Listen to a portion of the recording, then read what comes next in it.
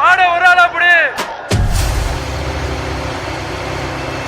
மாட்டுக்காரு மாடு ரெடியாயா? குடியாலாம் ரெடியா இருக்கா? இல்ல மாட்டை ஊத்துடு.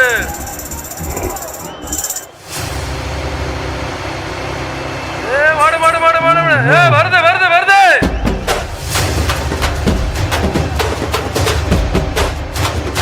மாடு ஏறி நிக்கிறப்ப அதை எதிர்த்து நிக்கிற தைரியம் வேணும்.